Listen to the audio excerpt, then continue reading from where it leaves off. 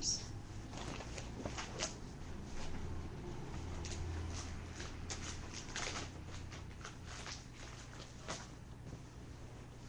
All right, do you want to lead us? Sure. Sashi buki jukshin meto drum rira lingshin yende gempadi sange shindu mikte uwargi drokun namdak shingla chuparsho idam guru ratna mandala kamniratayami sange chudan soki choknamla Jantu bardu dakni kyapsuchi Daki chenyen ginpe sunamki Drola pencher sange drupar shok Sange chudan soki choknamla Jantu bardu dakni kyapsuchi Daki chenyen ginpe sunamki Drola pencher sange drupar shok Sange chudan soki choknamla Jantu bardu dakni kyapsuchi Daki chenyen ginpe sunamki Drola penchir sange druparsho.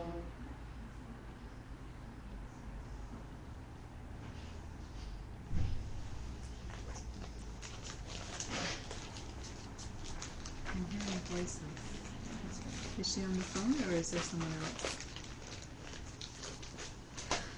Everyone's welcome.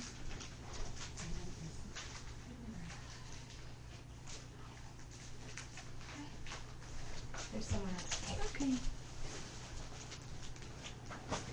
Leonardo, did you lock the door downstairs? Okay.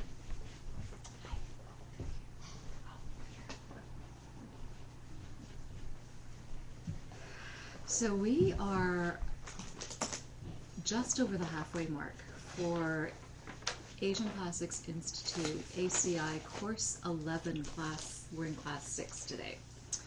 So, Alexander, have you taken any of the ACI courses before, or is this your very first one? First one. Okay.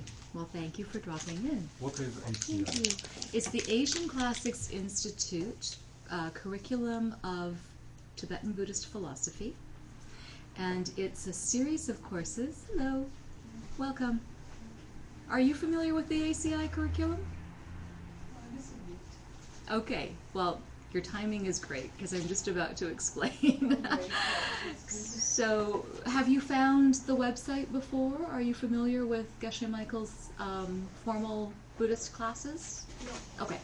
So, Geshe Michael Roche is an American Buddhist monk and scholar, and he trained in India originally in the Tibetan monastery of Saramay, but then also served at his teacher's feet basically for almost 20 years in Howell, New Jersey. His teacher is Ken Rinpoche, who was once the abbot of the Saramay monastery, and an amazing teacher. And Ken Rinpoche was actually the one who originally brought the Dalai Lama to the United States. Like, if you listen to the audios, you'll hear like when that happened. And now the Dalai Lama is a bit of a rock star in international spiritual circles, but not a bit, he is. But back in the day, it was the very first time that he came to North America. I think it was actually quite a feat to get him a visa and to, arrange all of that. And that was Geshe Michael's teacher. So the Asian Studies, the ACI, the Asian Classics Institute, is a body of classes that Geshe Michael, under the guidance of Ken Rinpoche, put together as covering all the major books, the great books of Buddhism that are covered in a formal course of study in a monastery.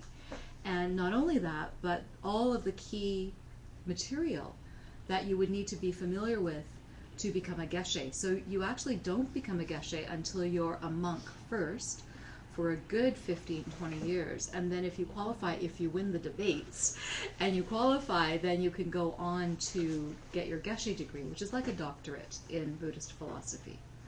So if you were to take all of the 18 ACI courses, you don't officially get a Geshe degree at the end of it, but you will be very, very well versed in the whole body of literature and information and wisdom, especially if you couple that with a meditation practice and the debate practice and the yogic practice and all of that. You will be very well versed in everything that a Geshe would need to know. So that's kind of cool, because it's available for us in North America in our own language, in a format that is very accessible. All of the material that I'm about to tell you tonight, you can listen to Geshe Michael's original teachings of this that he gave in the 90s. They're all recorded, they're all available for free online, as is the course material for this, the readings, the translations. He's translated hundreds of thousands of pages of original scripture from the original Tibetan and the original Sanskrit. And he has a team of scholars who are working on it as well. So thanks to Geshe Michael and this whole program, we have the ACI curriculum. And so at 3 Jewels, we do what we cycle through, because they do say, if possible, you should take it live. So you can access this wealth, this treasure trove of information at your own leisure, at your own time, completely free online. Just go to acidharma.org and you'll find it all. But they do say that if you get the chance to hear it live, and you get the chance to debate it in person and to do the homeworks, quizzes, and finals, you will get a much richer experience of the wisdom that's available. So thank you all for being here tonight. So for those of you who are dropping in, this is a bit of you're jumping in the deep end, because this is ACI 11. It's the 11th course out of 18 courses. And actually, there's only 15 courses. The final 3 are review of the first 15. The first 15 you can take by correspondence without speaking to a single live teacher if you want, and get full credit. But the last 3 you must take live if you're going to get the actual certification for it. Okay, so ACI 10, 11, and 12, so we're in the middle of that, are based on a book called The Guide to the Bodhisattva's Way of Life by Master Shantideva, who was a monk, who is in our immediate Buddhist lineage. And there's quite a famous story about him, but we are basically, and they do study this book in the monasteries, even to this day. It lays out 6 simple, actually, attitudes, modes of behavior that we should aspire to cultivate if we want to be happy, if we want to truly understand where the world comes from. And so these are called the 6 perfections, and we've been working our way through the chapters. So we actually take 3 courses, and each course has 10 classes. We take 30 classes, not counting the debate practice, to cover the book, which covers the 6 perfections. Okay? So we are in class 6 of ACI 11, and we are on the perfection of joyous effort. And this is actually the 3rd class that I'm giving on joyous effort. So we started, actually, do you guys remember this course? We started with patience, right? Mm-hmm. We started with the perfection of patience, which is not about being able to sit and listen to me go on and on and on without getting irritated. It's about, well, it is that, but it's more than that. It's about not getting angry at all when everything actually is absolutely perfect for you to be in a full-blown range. Like if anyone who didn't understand wisdom was standing next to you, they would be surprised if you didn't get angry. Like that's when you practice the perfection of patience. Because out of wisdom, you know it's the best thing you can do for yourself and for the people around you. But you have to really understand that. You can't just try it. You can't fake it. You really can't fake it. If there's an anger-inducing moment, and you think, okay, she said, don't get angry. Like, you're not going to be able to. Okay? It's just, it takes training. It takes practice. But Master Shantideva is famous for saying that there is no spiritual hardship, no tapas as great as the perfection of patience. In other words, nothing as powerful and useful for your practice as cultivating this. And there is nothing that gets harder with practice. So the more you practice, the easier it will become. Guaranteed. Okay? So that was when we were learning about patience. Now we're on to, actually we're almost finished the perfection of joyous effort, but this is the third class. And the first few classes we had this beautiful,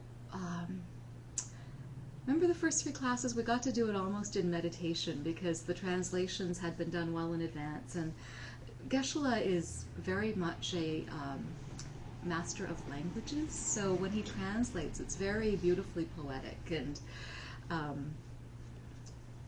what's happened, though, as the course has progressed, in real time for him when he did these courses initially, he was also a working businessman.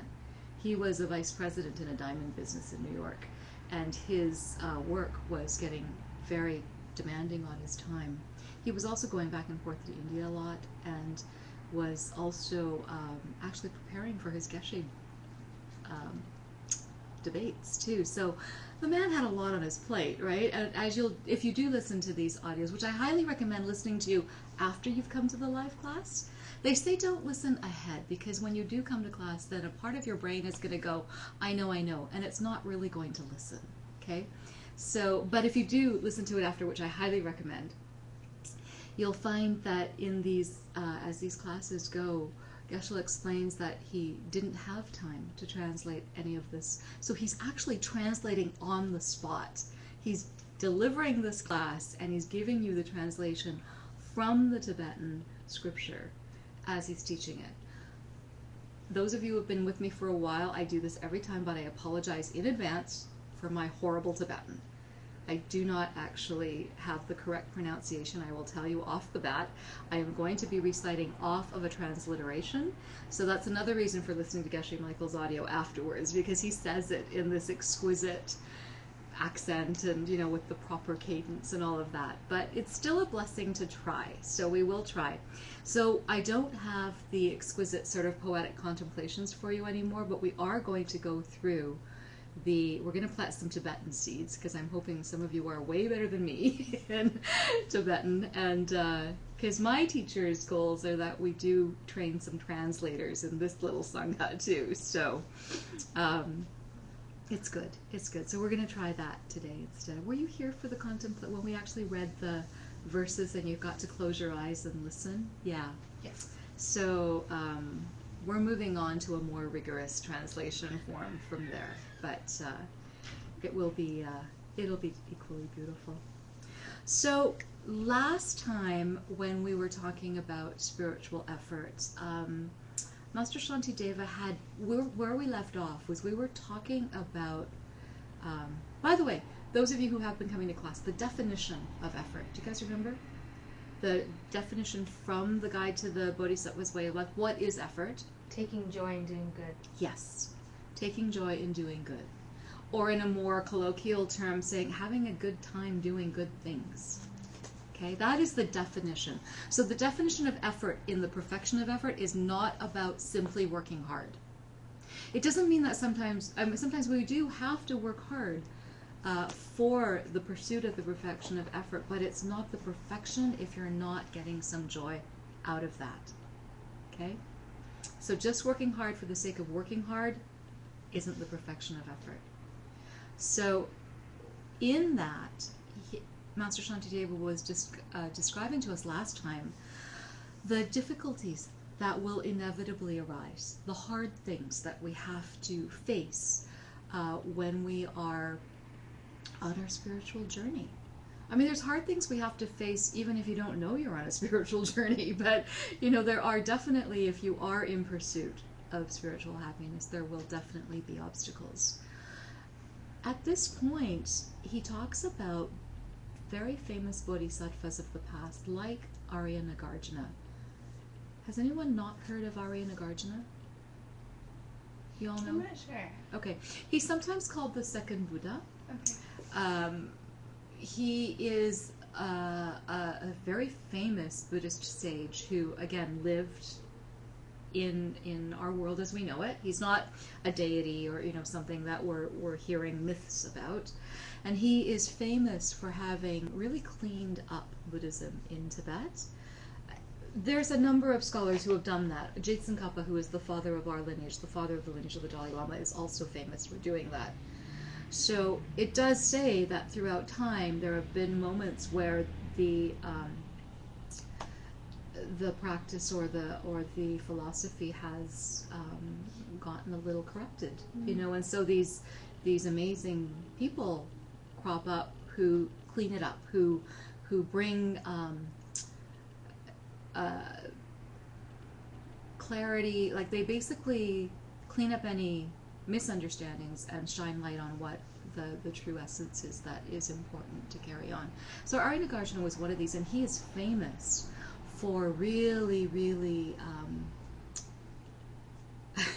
clarifying is a hard way to describe it, but I'm just going to say it, for clarifying emptiness, because emptiness is a concept that is like a slippery pig. Okay, it's the concept we really do need to understand where the world is coming from, to understand where everything in our experience is coming from. But it is the hardest thing to really truly understand until you perceive it directly, which you will.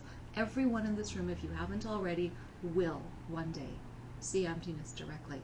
And that's what all of this studying and all of this effort is for. If you haven't already, then it's getting you in shape. It's getting you fit. Remember the word lei surungwa the last time? You lei rung your practice. And actually, there's a type of formal esoteric retreat called a lei rung that you do in the higher, more advanced practices. But we are trying to get our bodies and our minds fit for the journey, fit for becoming enlightened. And in that journey, it's really important to get very, very clear on emptiness. And Arya Nagarjuna is famous for doing just that and trying to help us do just that. But I think last week, or not 2 weeks ago, we had the class on Arya Nagarjuna where nothing starts, nothing stops. Things. Arya Nagarjuna comments are very famous for that. You are because you aren't. Those are the types of statements you will hear. Nothing exists because it never began and stuff like that. Doesn't mean things don't exist, just not the way you thought. And so Arya Nagarjuna is famous for that. Master Shantideva brings up Arya Nagarjuna now, though, not to talk about those things, because that was last class, but to talk about how he died. And because we're talking about hardships that we have to undergo for the Dharma, right, for our spiritual practice. And actually, Arya Nagarjuna died because he allowed himself to be beheaded. Someone asked for his head, and he gave it. And that's the short strokes. One day you will have to hear the full story on that. But it does have to do with a royal struggle and a prince who was his student, who needed his head. And, Arya Nagarjuna had reached a state at this point of being a very, very high Bodhisattva. So it wasn't suicide. It wasn't a hardship. It was joyous effort on his part. And it's really interesting how Master Shantideva uses that example. If you read the story about Arya Nagarjuna, they do say that also this young prince was able to do it with a blade of grass. And with a blade of grass, because Arya Nagarjuna says, actually, there is one way you can have my head, and it's because, and he remembers the karma of having sliced an insect in the grass. And so he says, the karma is in place for you to take my head with. But he was so highly evolved at this point that he knew that, that karma need to ripen, and that this gift was something he could offer to this prince. So that's like telling you bits of a movie you need to see, right? So yeah, we'll find the story of Arya Nagarjuna for you one day, but it's not actually elucidated beyond that in this class, so I'll leave you with that. But so what Master Shantideva wants us to do, though, by using that example, is to talk more about the hardships that we might have to endure and why we should be joyous about it. So here's our first attempt at the next verse, okay? So repeat after me. Dikpa Pangju, Dugnel Me, Kyepe Chunan, Migang Me, Dita Lopa, Dopaton, Dipe, Sunden, Lulalu. Very good. So the opening line of this verse is a question of when a high bodhisattva does something like that, like give up his head, like Arya Nagarjuna did, does it hurt them? We've also heard stories of a famous bodhisattva that took out his eye and gave it to someone who needed it, right? So the question that's posed in the Tibetan that you just beautifully recited is this type of activity something that would hurt a bodhisattva who was to do that? And the answer, which is also included in that phrase, is really interesting. It says that a high bodhisattva is so karmically clean and acting so well that those types of acts, like taking out your eyeball or giving up your head, do not hurt anymore in the way that it would cause them suffering. There's another very famous story in another ACI class you might have heard about the king of Kalinka and one of Buddha's former lives where he was a monk and he was caught speaking to the queen, and all he was doing was actually answering her request. She asked for a teaching and he was giving her a teaching, but when her husband the king came upon them, he thought they were having a little liaison and proceeded to string up the monk who was not the Buddha yet, it's one of the former lives of the Buddha, and the king of the Kalinga proceeds to string him up and proceeds to cut off all of his limbs. And in that story, the monk who was undergoing this did not have a moment. They use that story actually not for joyous effort, but for the perfection of patience, because he did not feel anger. And the question is always posed: did he feel pain? And the answer is yes, he felt pain. You get your finger cut off, you feel pain, but he wasn't suffering because of it. He had perfected the perfection of patience, and he knew that it was just a ripening that he was experiencing. So in this case, though, we're moving on to the perfection of joyous effort, and it's about how at a certain level in your bodhisattva career, when you've cleaned up your karma enough and you are called upon to give up a sacrifice like that, you will be able to, because it won't cause you pain in the conventional sort of way, in the way that we cling to, when we can't even, you know how much a paper cut hurts? You know, it's like, so this is because of my ignorant karma. A paper cut really, really hurts, you know, and I get PO'd about the fact that paper sliced my finger, right? And but there will come a point where it won't even be, and it might even feel something like pleasure, you know. It's in a not in a twisted way, but in a way that the karma isn't there anymore for it to be pain, right? But in order to understand that phrase and to understand how this could even be possible, and this is why Arya Nagarjuna is used as the example, you have to understand emptiness. You have to understand this concept of the lack of self-existence to anything fixed from its own side. Okay?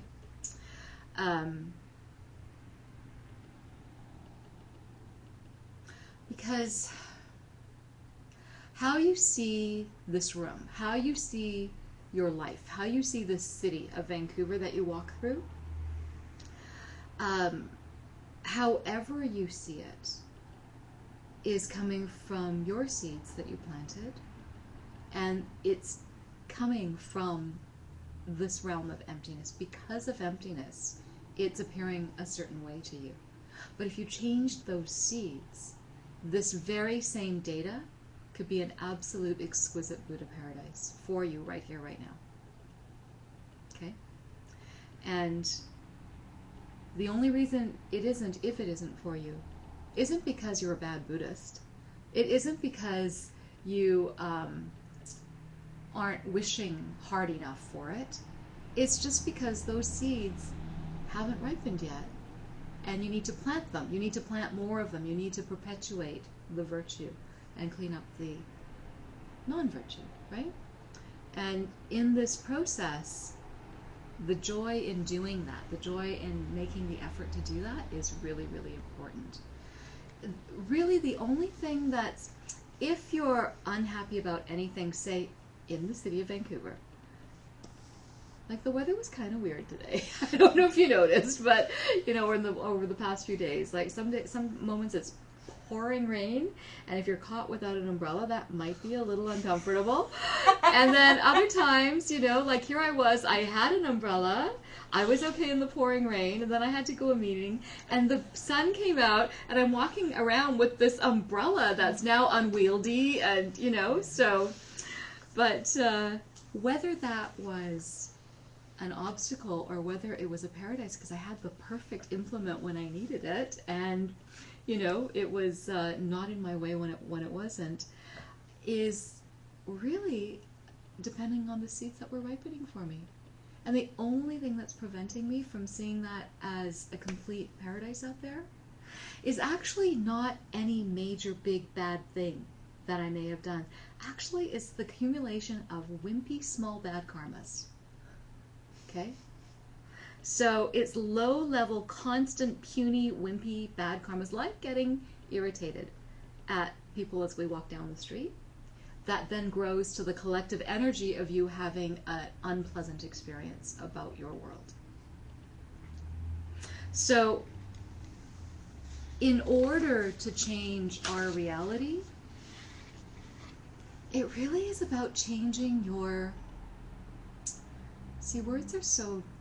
words are actually problematic because we're limited by the words that we have at our disposal, and our words are also within the realm of this karmically impaired world we live in, right? So reality, I'm going to say reality consists of your perceptions of reality, because it is all coming from you, and you can only experience the world that you perceive.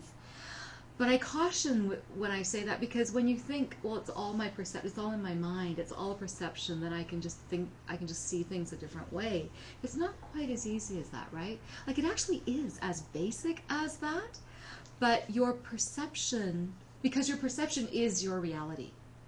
So therein lies the secret. You change your perception, you change your reality. But you can't change your perception just by wishing it so.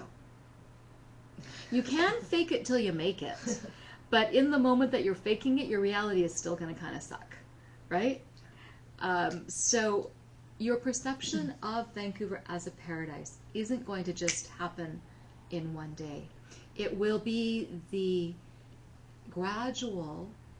It may feel like it's in one day, but in one day you'll realize that for a long, long period of time, you did not have any mental afflictions. Right? Like, so over time, your affliction is actually, paradise is a cessation of everything that was going bad in your mind, you know? And so as we practice to catch when those things ripen, when that irritating little niggling voice in our mind pops up, we catch it, we observe it, we let it go, or try to. Even in the effort of trying to, you're planting good karma, right? So in all of that, your mental afflictions will get less and less, and your practice will get better and better. And then you know what's going to happen? You're going to start to have fewer and fewer irritating people around you. And yeah, and so Master Shantideva says this to you: cherish the irritating people that are in your life now, because they're really serving you. You're really getting to practice. When they go away, you're not going to have anybody to practice on, and you aren't even going to know if you're finished yet. So cherish them while they're still here, because in a while, they're going to be gone. Okay? And you won't be able to perceive them as irritating anymore. It's kind of cool, right? Yeah. It's so funny because when you get amongst Dharma students who've been trying to practice this for a long time, they'll call people, they'll say, "Oh, my holy Lama," meaning, "Oh, they really irritate me, but I have to practice," you know? Or they're an angel. Yeah, it's because they're really off right now. And, you know, but it's good to at least fake it till you make it, right? And, you know, that's what their job, they're there to, are we done yet? Are we done yet? You know, let's check. We're done! Oh my goodness! You know, it's like that. So, don't get discouraged, is what Master Shantideva says, because it will take time. And by the time you get to the point where you have to, and the thing about giving your eyeball or giving your head, you shouldn't be doing it unless you're a high-level Bodhisattva. Yeah.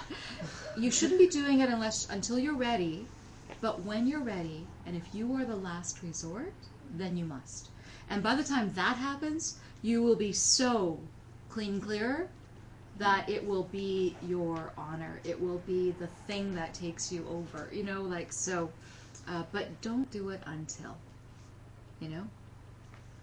So start with things that you can handle, and by the time you reach the stage when you do have to do some heavy-duty karmic thing, you won't hesitate. You won't have that hesitation, and it won't be any problem at all. So this then gives Master Shantideva a chance to tell us why we shouldn't do it before then, because there are two sources of all of our pain. Gives him a chance to talk about the two sources of pain. So, oh, by the way, in that thing that you just recited, because I said it posed the question and it gave the answer, right? That bit that went,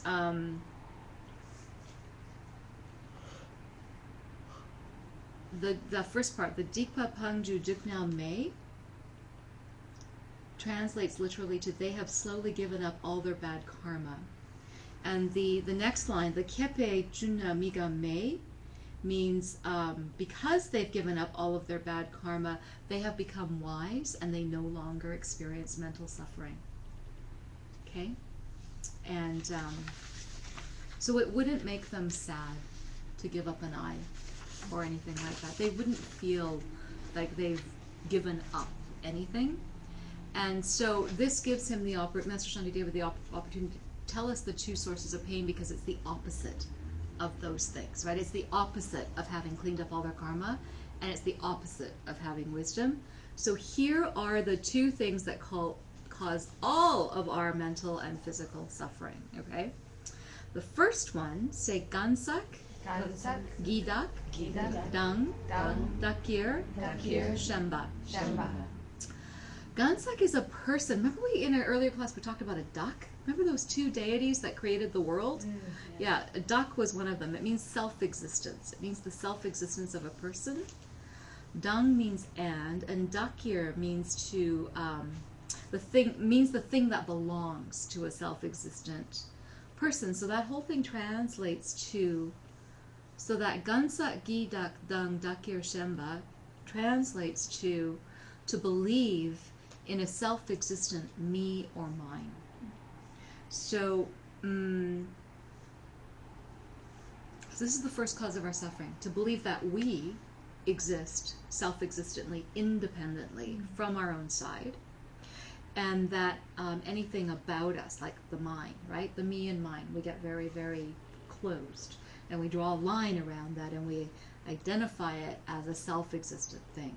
And when that thing is hurt in any way, then we feel justified in our pain or our anger or our sadness or what have you, right? By the way, in the Wheel of Life, which is this picture on the back of that book, and we are currently having a Wheel of Life tanka being painted by our very own Sarah, and right, of our group. She's taking formal tanka painting classes right now. The Wheel of Life talks about the 12 links of dependent origination, which are the 12 causes of our suffering realm. And the very, very first of the 12 links is traditionally a blind man. And that represents this belief in the me and mine. It's our inborn tendency to believe that we are fixed, that we are self-existent. And it's that blindness, it's that ignorance that causes our suffering. If we didn't have that ignorance, because it's inborn, if we didn't have that ignorance, we would never commit a bad deed. So,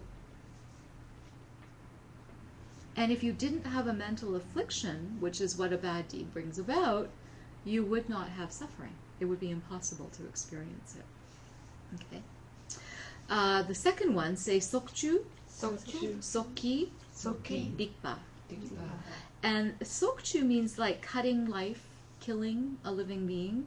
Sok means etc. and dikpa means hurting others. So the first one was about the inborn ignorance, right? This tendency to cling to a self-existent me and mine. And the second one is doing bad stuff, harming others. It's the opposite of ahimsa, basically, right? Which is the first tenet in yogic philosophy of do no harm. So these two things are the cause of all of our sufferings.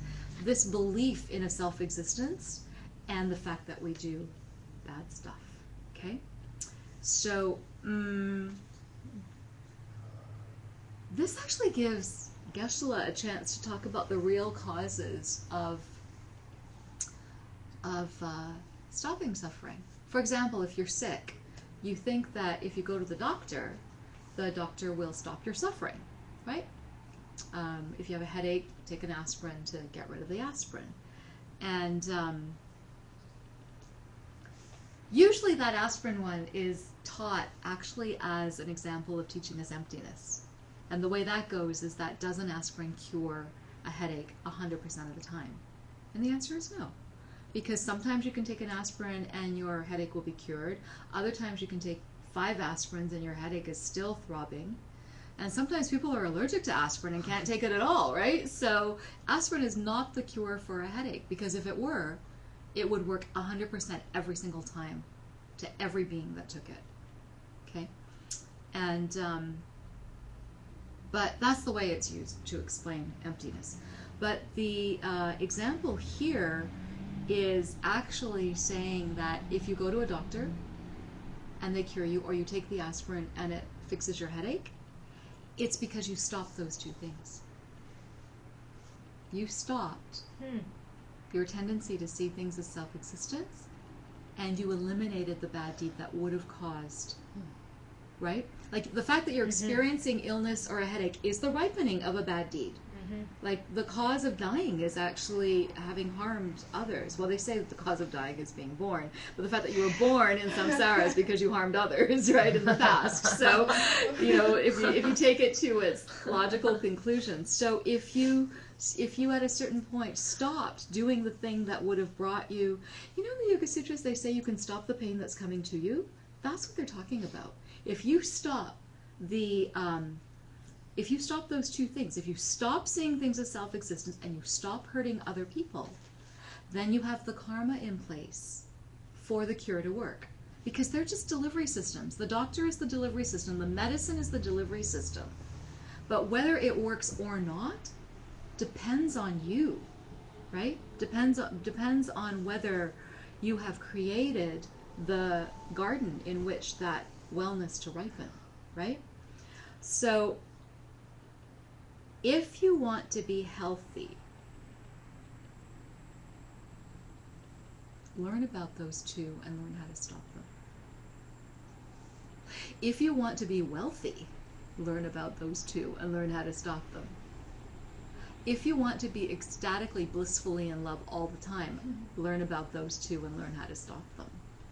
I just gave away my whole workshop on karma, by the way, but it's like that. It's and the thing about medication, by the way, Buddhism does not believe in self-existent medication.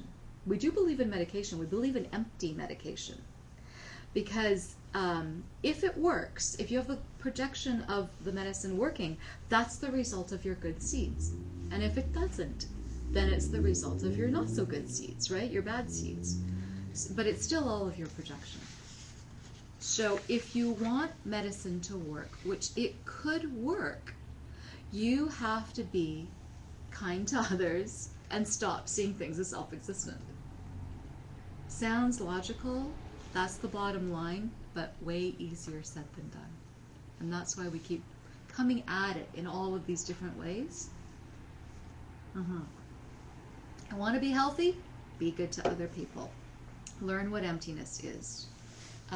Last couple classes ago we talked about Buddha nature. This is what it is. It's the potential in all of us to be enlightened. We have it already. But it's not something that we have. It's something that's not there, actually. It's the emptiness of you. That is your Buddha nature, right? Okay. So the next one, we're going on to the next verse. Say Semjan, Samjan, Dundrup, Dundrup, Jangchupung, Jangchupung, Muten, Muten, Gadang, Gadang, Toyen, Toyen, Mupa, Mupa, the long one, Dugnel Jipa, Dugnal Jipa, Dang, Dang, Deye, Deye, Peye, Peye, Sambe Ke, Sambe Ke, Ditar Michang, Ditar Michang, Chopang Te, Chopang Te, Mudan Nagyal, Mudan Nagya, Gadan Tor, Gadan Tor, Kulung Wangyur, Ulung Wangir, Togini, Togini, Sudrup, Sudrup, Pelju, Elju, Bewarja. Bewarja.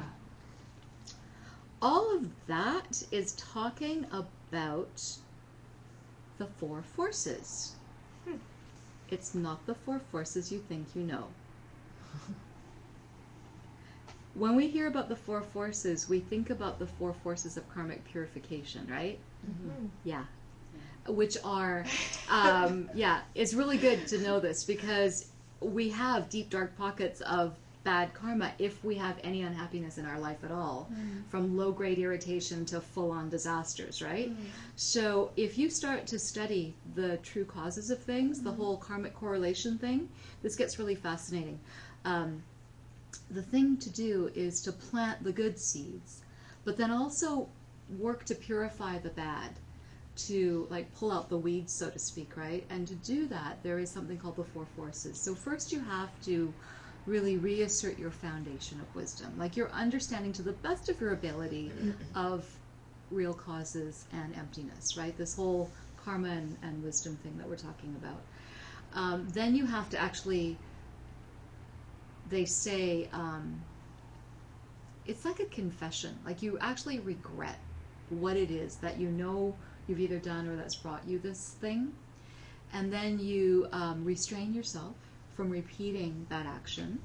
And they say to set a reasonable amount of time so that you don't add lying to the whole, like if you say, I'm never going to yell at my sister ever again, like you might actually yell at her next week, right? So they say, I'm not going to yell at her for the next 10 minutes. Even if you're not talking to her for the next 10 minutes, you will have kept your bargain, right? And then the last one is to do some sort of an antidote, like a reparation for what you've done. And you put it into action also. Those are the four forces, the traditional ones. But we also had a four forces of the military. Do you guys remember from before? The king, the four forces of the king, the elephanteers, the charioteers, the cavalry, and the infantry. Okay? So this is a different four forces. Okay? So, what was the military forces? oh, we were talking about getting, see, at the time of Master Shantideva was ancient India, so they were talking about the four forces of the king, and they gave the examples of elephanteers, charioteers, cavalry, and infantry. And then Master Shantideva used them as metaphors for things that we should arm ourselves with, the most important one being compassion. But those were the traditional four forces of a king, and it was a military vocabulary, things that they would reinforce their kingdom with to protect the realm, basically. Yeah. So but as I said, the traditional four forces in this class or in Dharma circles are the four forces of purification, which is what I was explaining earlier. So in this verse, though, he's talking about four forces of joyful effort, right? So the first one is willpower, but willpower that comes from your goodness and your understanding of emptiness. So willpower that comes from not doing those two things, right? The willpower from goodness, which is the opposite of doing harm, and the willpower from understanding your emptiness, which is the opposite of ignorant self-existence, right? So this is the first one, and it's some kind of a drive, okay? The second one means to be the force of being steadfast. And what this means is to investigate carefully what you do want in your life and what you know will be useful for you to do with your time, like learning more about emptiness and how not to do the bad things, right? And to be very steadfast in that. Now, it's really interesting. A component of this is actually understanding your capacity for anything. Like, it's not a good thing if you undertake a virtuous activity if you have no intention of finishing it, or know that you can't. So, it's not a good karma to start something and then poop out on it, right? So, it's knowing, it's having the steadfastness to know that once you decide on a virtuous activity, whether it's studying or going on retreat or whatever, right? Once you decide that you don't waffle. Like, this is the force of being steadfast. But he says don't take it on if you know you're not going to be able to finish it, because it's actually worse to start and give up than to know your capacity. Now, having said that, he always says your capacity is way more than you think it is. So, it's a fine line, right? But you have to have that resolution in your mind. The third force in these four forces is to have joy, to have happiness. And it's described as the type of absorption that a child would have with a really good video game. Where they're so focused that they don't even hear their mom calling them for milk and cookies, right? They're just so engrossed. And to have that type of fascination with your practice, with your virtuous activity, that's the third force. And then the last one, this is really interesting. This is the force of rest. This is knowing when you need to take a break, when you need to refresh yourself, and when it's time to rest, to be able to do it wisely. That's the fourth force. So those are the four forces. I call it the four forces of joyful effort. He doesn't call it that, but we're in the chapter on joyful effort, and he says we're going to talk about the four forces that you need. So I'm calling it the four forces of joyous effort. Okay, it's kind of cool. So again, just as a review, that was the willpower, right? But not just a willpower of forcing, like wishing things to happen. It's the willpower, the motivation, the will, the hleksam namdak, right? The I will do it even if no one helps me. That comes with your goodness, comes from your goodness and understanding emptiness. Okay, that's the first force of will. Second is the force of being steadfast. Once you decide on a virtuous activity, then go for it. The third one is the force of joy. Like, take joy in a way that whatever you're focused on, you're so engrossed and engaged that it's the most fascinating thing you could be doing. And then the fourth force is that force of taking intelligent rest wisely when you need it, and refreshing yourself. And then, of course, the secret is to go get back to doing what you were doing once you're rested, right? Yeah. So, then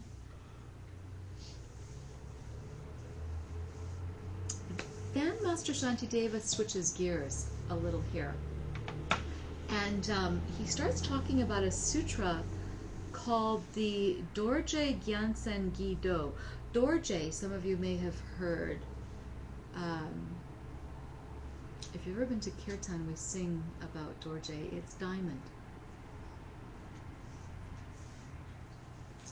And Gyansen Gido is a victory banner. Apparently in ancient times, when someone won a battle, they would like parade this banner, like a victory banner they talk about.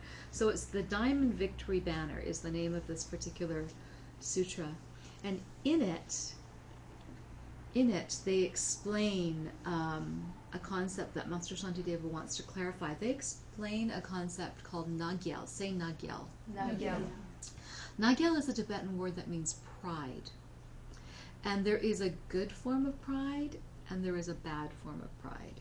And we need to know the difference. So in English, it's good to think of it as pride versus confidence. Confidence is good. You need confidence to move you forward, right? You need confidence to help you get through the hard times. But pride can become, especially in the conventional sense, pride can become a very negative thing. It can really actually be the cause of a lot of our pain. And it's really important to know the difference. So this is where Master Shantideva really wants us to understand the difference between pride. I like to call it ignorant pride, but they're just calling it pride. That actually can develop, and they caution us here, right? Because Master Shantideva is teaching monks, he's teaching bodhisattvas, he's teaching people who are well on their way, and he's saying, watch out for this attitude. Always be on the lookout that it is confidence good, pride bad, right? And then he goes on to warn us what all the downfalls of pride are. But before that, he does actually give us a really beautiful analogy about confidence, about bodhisattva confidence, and about having this because a bodhisattva, a spiritual warrior, has the altruistic motivation, right, of getting to enlightenment themselves so that they can take everyone else there. They want to be the ultimate helper so that they can help everyone else, right? And the sutra, the Dorje, the Diamond Victory Banner, talks about this image of the sun rising. And they talk about, I don't actually have the actual sutra here, and Geshe-la gives the beautiful, he switches the context of it to explaining the sun coming up in Manhattan, because that's where he was at the time, right? But suffice it to say, the sutra talks about the sun coming up and talking about three people. One being hidden in, not hidden, but like standing in a cave under a mountain. Another one being blind, and another one standing in an open field. And the sun shines, and the sun just shines. But the person in the cave is not going to be reached by the sun. The person who is blind is never going to be able to see the sun. And the person standing out in the open is just going to be, feel the full benefit of the sun's warmth and see the light and all of that, right? So those are the three things. And they're given in this sutra as an example of how the sun is very democratic. The sun's nature is to shine. The sun doesn't know how to do anything else. And so it's not the sun's fault if you can't see it, or if you're beyond its scope, but like if you're under something that it's not able to get through to, right? And then the sutra does talk about what does this have to do with a bodhisattva? What does the sun shining have to do with a bodhisattva and the six perfections, right? And here's the punchline, is that a bodhisattva is constantly trying to do six things. They're constantly trying to practice the perfection of giving, morality, patience, effort, meditation, and wisdom, right? And those activities, bodhisattvas are always shining those activities. They're always trying to do those things. And as a bodhisattva, if you're trying to do those things, there are going to be a certain percentage of people in your world who aren't going to get it. They're just not going to get it. They're going to be karmically in a cave under a hill, right? And or they're going to get angry or confused or think you're weird, right? And he says, don't get discouraged. This whole thing is about not getting discouraged, but it's the joyful effort thing, right? Because you're just supposed to shine your 6 bodhisattva activities and just keep shining. And whoever can receive it will. Because you can't make anybody... Remember that thing about you can't actually help anyone. If they do not have the karma to be helped, no matter what you do, they won't be helped. So it's actually not about you. But do you still have to make the effort? Absolutely. Because what does that do? That brings back the virtue to you. It purifies your world. And when you're perfect, they will be too. Because where are they coming from? Right? Perception is reality. Right? So that's why we're given the Diamond Banner Victory Sutra in this position, in this dissertation. Okay. It is 8:38, and at this point, Geshe-la took a break. Sometimes we do dance breaks in these classes. And the rest of the class is going to be about the downfalls of pride. So would you like to take a quick stretch and just, okay, let's take a quick stretch and take a bathroom break or get a cup of tea or water, and then we'll finish up the rest.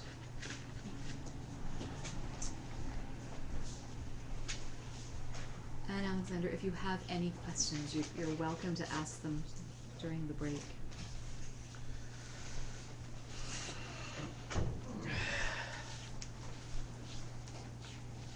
A little bit of music.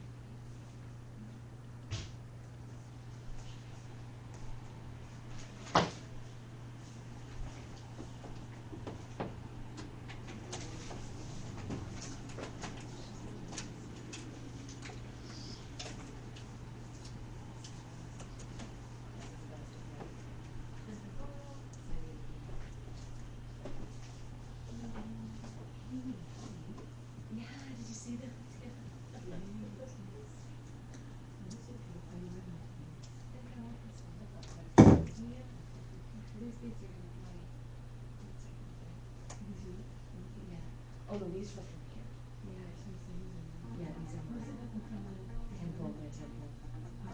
Well, mine broke, and then I went up to the place, and I said, it's gonna have to go out. Those are nice, and then like you can have donations. I throw Oh, they are. They're just to get you. How are you doing? I don't know why it's like. No, they're very lovable. What is good? What is bad? What is bad? There's an interview with definition. Yes. I was given this like, what is it? Yes. It's been great. It's so good. I know. I read part of it and then gave it to my friend. She's going on a retreat, so I did not. That was she's so the program with the band, and I was like, take this book because I think I don't want her to be back, but I think it would bring her happiness and focus on bringing good things in her life. That's right. I know. I'm a doctor. So listen to me. basically, is what is good, is whatever you do that will bring good back to you. What is bad is anything that will bring bad back to you. And so, for example, they lay out the 10 searches to make it easy for us. The big 10 things that we shouldn't do, things that are bad, are to kill, to lie, sexual misconduct, to steal. I know, but this is what I'm saying, is that they lay those things out as really big, obvious, bad things, right? Because that's just laying the foundation.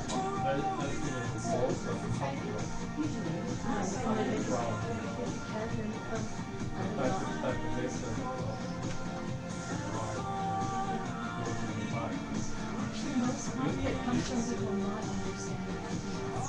You think about the religion war and the cycle of the Right. the whole thing they are right. Right. They do the right thing. There's lots of people who think about it. They always talk about how the law is harming and everything. There are a lot of talk about the healing. The most part is not talk about the healing, Right. but they're talking about the policy. Right. The policy is harmful for No, that's okay. Like that, right?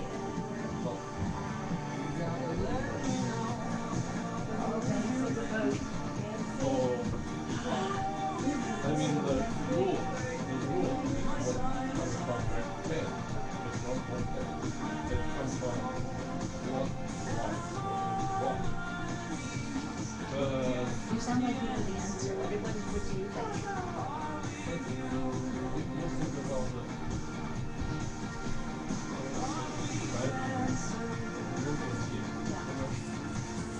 most the top religion here went to white and in the most Went to what? white. West. Went to the Went west. to white. Okay. That because the Communist Party also tries to go to the back. But you think about if no this country seems active, that means most of the country still need to fight. Yeah, and the Dalai Lama always says that. Like, Yeah. he says that. So this is why it's fine. That's But right. they're not talking about right or wrong. And that's what I'm saying, is that we're not identifying, like, how that all happened, and how the Tibetans would explain that, Yeah. is that having to leave their country was the karma of them not, it was, like, if it was a bad experience for them, that was the result of bad things they had done before. Yes. And so that's why they're not angry at the Chinese for that. I'm not saying everybody isn't, but those who are educated with it. And the Dalai Lama is supposed to say, if the Chinese had not invaded, we would not be here. Right? They would still be in the north. So in fact, the greatest gift the Chinese armies did for the Western world was, you know. So let's go no fire. No, but it's not that simple. Yeah, it's not that simple. But it is, I mean, could there have been another way for the Chinese? I think there was absolutely was massacring monks that, yes, that was bad, okay? But at the end of the day, it's not about judging. I feel the most new events Yes. if everybody becomes Bodhisattva, Yeah. okay, Yeah. then will be no social progress. Well, it depends on what you would define as that. Because, but it's that's a really good debate to bring the debate ground. Because I've actually had this with my Lama, where a Buddha needs to have suffering in order to be a Buddha. That's the other argument. It's a good argument, and it's a good one to struggle with. But you know what? At the end of the day, it's our inability to understand this concept of emptiness that will keep asking that question. So until we understand it better, but that's why we study things, so that we can slowly start to understand it better. But all the conflict does come. You know, this whole right and wrong, It's like, I'm right, you're wrong. That actually is not about right or wrong. It's about thinking, I'm self-existent and you're self-existent, and that there has to be this line here. And it's not like that. That is just a perception that can be changed. It's a perception that can be evolved with wisdom. Of health. I know, but I thought it already happened. I missed it. Yeah, well, here's the thing, your outside world will change, but not change your inside world. And that's really hard to believe when I just say it like that, but that is how it works. So you see the one of these, the Tibet, the Tibet, the religion culture, almost, like in most people practice Bodhisattva. Yeah, I go with Tibet it. and Buddhism.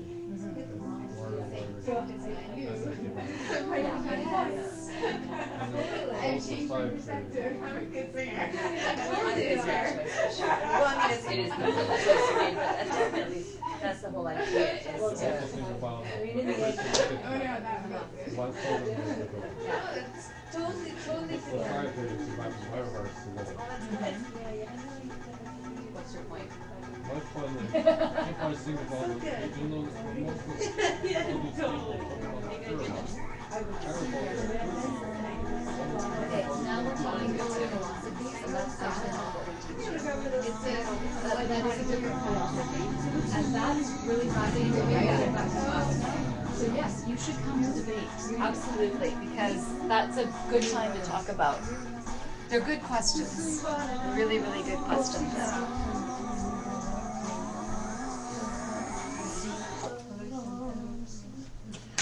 I love that song. I know, it's a good one. Are we back? We're back. Okay, so 10 minutes. I'm going to give you the rest of the class, okay? Okay. Because I was talking about the the confidence that we need, right? And how this danger about pride, right? Oh, there was actually one more phrase. We're not going to do the Tibetan. I'm just going to give you the commentary. The next verse talks about how the whole world is at the mercy of their mental afflictions, and how just normally a normal person in samsara doesn't even know what the right thing to do is to make themselves happy, much less take care of anyone else. So as a aspiring bodhisattva, we have to do it. Like, it's just that whole motivating thing, right? And so the verse is, don't wait for other people to like do things for you or to make things right, because it doesn't work that way. It's the whole world is at the mercy of their mental afflictions. And if you wait around, you'll be waiting around forever. And so, you know, you just kind of have to get on with it. And that's this whole motivating, joyous effort pep talk, right? It's because you have, and this is the confidence thing, you have to have the confidence and to not. So this is a really interesting thing, because I do see this in, and I suffered from it early on in my Dharma career too, like, what, me teach? You know, it's like, or this thing about, well, I know they can do it because they're such a great master meditator, but I have a hard time sitting for half an hour. And how am I ever going to get there, right? Like, there's those type of doubts are quite common in early stages of practice. And, you know, Master Shantideva is saying, you've got to stop that type of thinking, because actually it's not just about a lack of confidence, it's about a lack of compassion. Because you're saying you can't get there, what about everybody who's waiting for you to get there, right? And we don't have enough compassion to want to get there, actually, is the flip side of that. So if we're truly saying we are, you know, we vowed to be a bodhisattva that is going to... It's kind of a judgment. It's a big judgment just to say that. But it's all a judgment, right? This Master Shantideva is saying, don't get depressed, don't get self-deprecating, because the confidence is important. The lack of it is actually bordering on, and because we don't think of it that way. So it's not about saying you're so bad. It's not about getting down on ourselves, but it is interesting to think about it as, So here's the flip side. If you fire up your compassion, which was one of those 4 armies, remember earlier? One of the best things we could arm ourselves with is our compassion.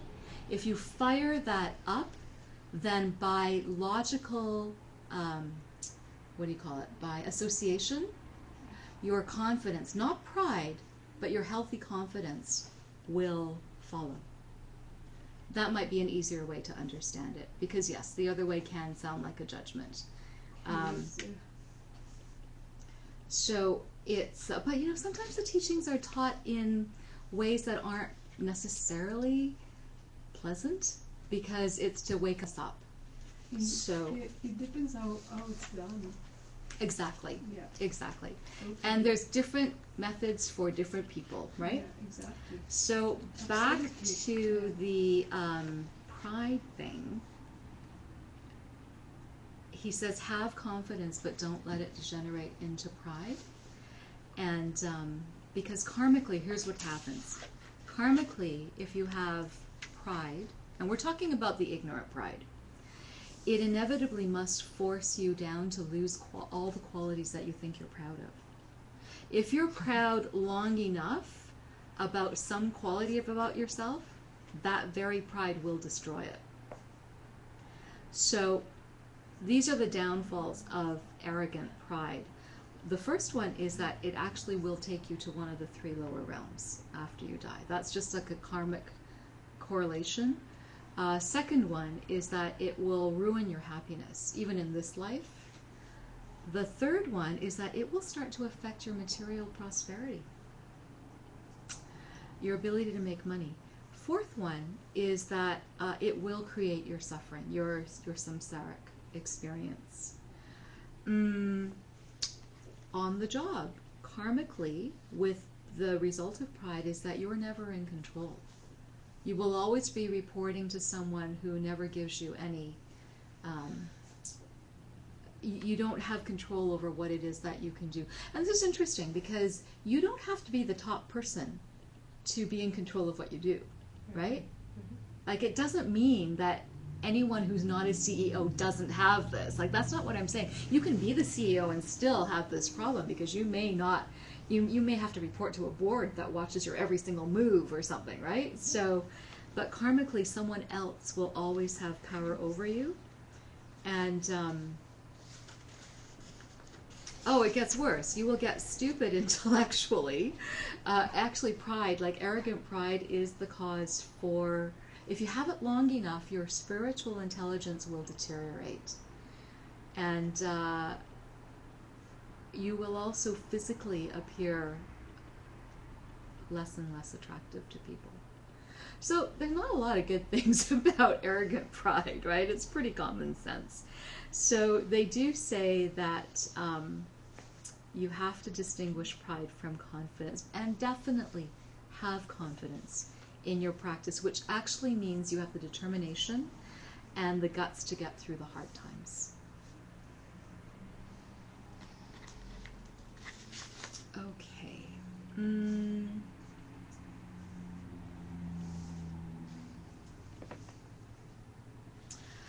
So the very end of this, we get one of the most disturbing metaphors I have ever heard in these teachings, and I thought it came in another class, but it's a very famous metaphor, and Geshe-la threw it into the reading because it comes, this is why, it comes at the end of this chapter of the perfection of joyous effort. And the metaphor is called honey on a razor. You've heard of this, right? Some of you? It's called what? Honey on a razor. What's that mean? It means that, so this metaphor which is given in this teaching is that the way we normally behave, if we're not actually trying to be kind to others and understanding where the world comes from, when we're acting in that self-existent, ignorant way, we are always actually looking for what makes us happy without considering what the karmic consequences. Basically, if you're willing to do harm to get something that will make you happy, or you're collecting these bad karmas to get what you want, it's like having honey on a razor. It's saying that the honey is so delicious that you go to taste it, but as you're licking it, you're slicing your tongue with the razor. And so you know that it's honey on a razor, but because you want the honey so much, you can't help yourself, and you think that you can lick it without slicing your tongue, but you can't, actually. And that you take it anyways, knowing that your tongue is going to be sliced to ribbons. So that experience of the honey only lasts a few seconds, and when it's gone, it's like a dream. It's like it never even happened, and you have to experience the pain of the razor. Because of all the, and it's a metaphor for the karma of all the bad stuff that we didn't purify comes up after the good stuff is gone. Because the pleasant sensation from honey is the ripening of good stuff, right? And they do say that specifically this means the honey is actually specifically talking about sense objects, things that we and actually sense objects are why we're attracted to things, right? It's things that we love to look at or smell or taste or touch. These are the senses, and that we are drawn to things of our senses. And this analogy is given as don't waste your time on sense objects. Don't waste your time being distracted by them, because the limited, momentary, fleeting pleasure isn't going to, if that momentary fleeting pressure, if you've done anything bad to get it, like say you're attracted to someone and you push someone else away to get to that person, or you come in between, like then to get the thing that you've wanted, you've caused suffering for someone else, right? Or it may not even be that obvious. It may be that, Geshe-la gives the story of the last maple glazed donut in the donut shop, and you're there and you've been wanting this all day and you're about to get it, and then a little old lady comes in behind you saying, oh look dear, they have one last maple glazed donut, and what are you gonna do, right? Like that. So that's the one way to look at it. But the other way is that the razor blade under the sense objects being the honey, right? The razor blade is that actually you can never be satisfied. This is the tragic thing about this realm, this desire realm. The more we want, the more we want. It's like we're never actually really satisfied. We think we want this and we get this, and a day later, 30 seconds later, we want that instead, like the next best thing, right? Like the whole energy behind sense objects is this insidious propensity to make you want more, and this cultivating this inability to actually ever be satisfied, and that's really tragic. And they say that razor blade is even crueler than bad karma. This insatiability that is kind of symptomatic of the desire realm. And so Master Shantideva said, forget sense objects. Like, don't let them distract you. Concentrate on important things that will help you. And so he says, he says, use your Dharma brains. Don't lose your awareness. And again, Master Shantideva says, yes, you can control yourself. You can train yourself to not be so distracted by the honey and to be more aware of the razor blade underneath, right? The human capacity for watchfulness or awareness is infinite. So, the capacity for that is unbelievable. It just depends on how much you want it. It really does come down to that. So your awareness will improve with your motivation. So we started with Arya Nagarjuna, right? And the last thing is that Arya Nagarjuna said there is one very nasty thing about samsara, and that is that the karma never comes back to you right away. There's this gap. Now, we always use it the other way around. We say the problem with karma is there's this time gap, so you can't, but he's saying that's what's really nasty about samsara is this time gap, because we're basically, even if we know that something is going to bring a bad result to us, sometimes we just want to do it anyways for whatever the immediate payoff might appear to be, right?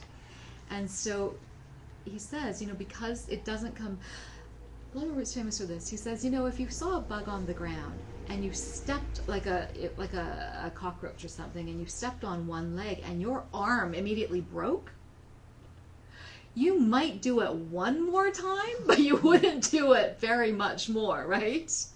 Because the other arm would break, right? And if it was that instant, like if breaking the limb of another being immediately broke your limb, we get it, right? But because it doesn't happen that quickly, we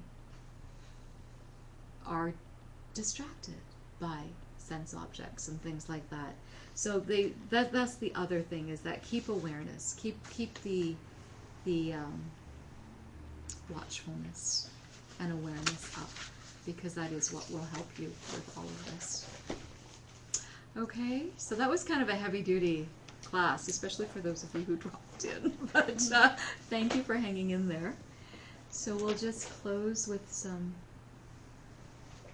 It's always good to just gather up the energy of the fact that you made the time and the effort to come here, and I hope that some of it was of use to you, and to just dedicate that merit, because it's really, really beautiful. Sashi Buki Jukshin Metok Drum Rira Blingshin Yande Gempadi Sange Shindu Mikte Uwargi Drokun Nandak Shingla Chupar Shok Idam Guru Ratnamantalakam Diratayami Kewadi Kewokun Sunam Yeshe Zotzokshin Sunam Yeshe Lejunwe Dampa Kunyi Topasho.